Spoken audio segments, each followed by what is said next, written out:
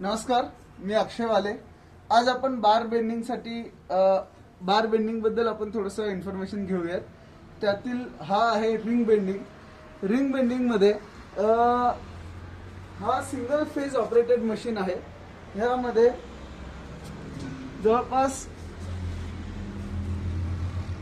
20 to 18 mm पर्यंत आपण बार किंवा रिंग बेंड करू शकतो.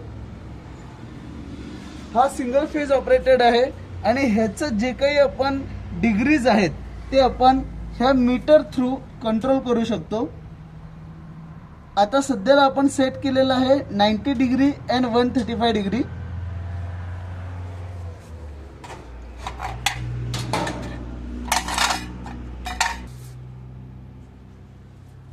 हे फूट ऑपरेटेड स्विचेस आहेत.